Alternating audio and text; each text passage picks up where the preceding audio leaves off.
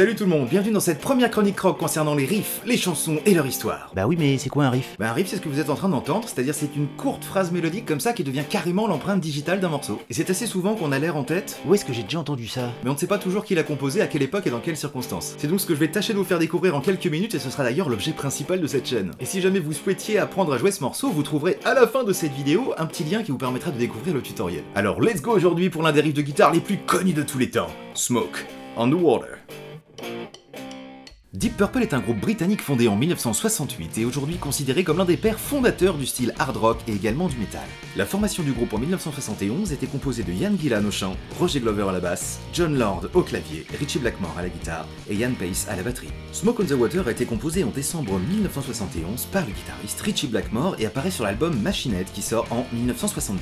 Ce morceau, dont le titre littéralement traduit donne Fumer sur l'eau, ne fait absolument pas référence à un bang, comme certaines légendes urbaines le prétendent, enfin en tout cas c'est ce qu'on m'avait raconté quand j'avais 15 ans, mais fait référence à l'incendie géant du casino de Montreux en Suisse. En effet, le 3 décembre 1971, Deep Purple débarque en terre helvète et souhaite utiliser le casino de la ville pour enregistrer leur nouvel album. Ils avaient également loué pour l'occasion le célèbre Studio Mobile des Rolling Stones, une régie sur roue, afin de pouvoir y faire les mixages. Et le drame se déroule donc le 4 décembre au soir lorsque Frank Zappa et son groupe, les Mothers of Invention, sont en train de donner un concert au casino de la ville. Et en plein milieu du morceau King Kong qu'ils sont en train de jouer, un spectateur très inspiré, décide de tirer une fusée éclairante dans le plafond.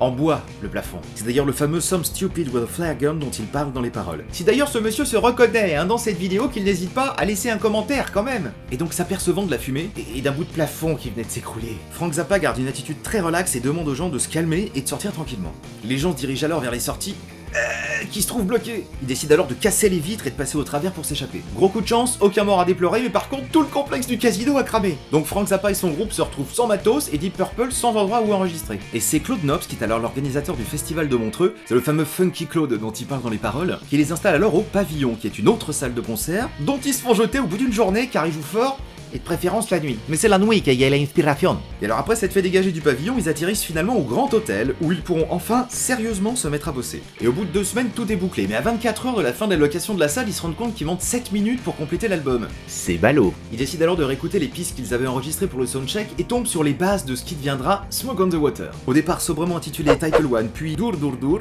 le titre définitif s'imposera à Roger Glover durant son sommeil.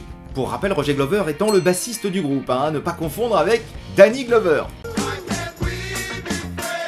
Non, je vous le dis parce que moi, une époque, je confondais tout le temps, c'était naze. Et donc, selon Ritchie Blackmore, qui est donc le guitariste du groupe, le riff de ce morceau lui aurait été inspiré par le non moins célèbre riff de Beethoven sur sa 5e symphonie. Et les paroles de ce morceau, eh bien en fait c'est un récit biographique de ce qui s'est passé durant l'incendie du casino de Montreux. D'autant qu'au moment où tout a brûlé, Deep Purple était dans un hôtel et avait une vue imprenable sur le casino. Donc on comprend mieux l'histoire de la Smoke on the Water, comme ça, les nuages de fumée qui devaient se disperser sur les rives du lac Léman. Donc a priori leur histoire était partie du mauvais pied. Et les mecs, c'est pas notre studio qui est en train de cramer. Conclusion, il faut savoir faire feu de tout bois.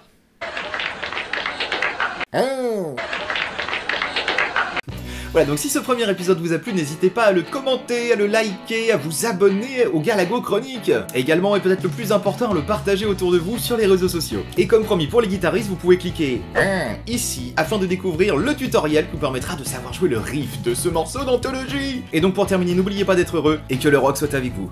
Ciao les gens.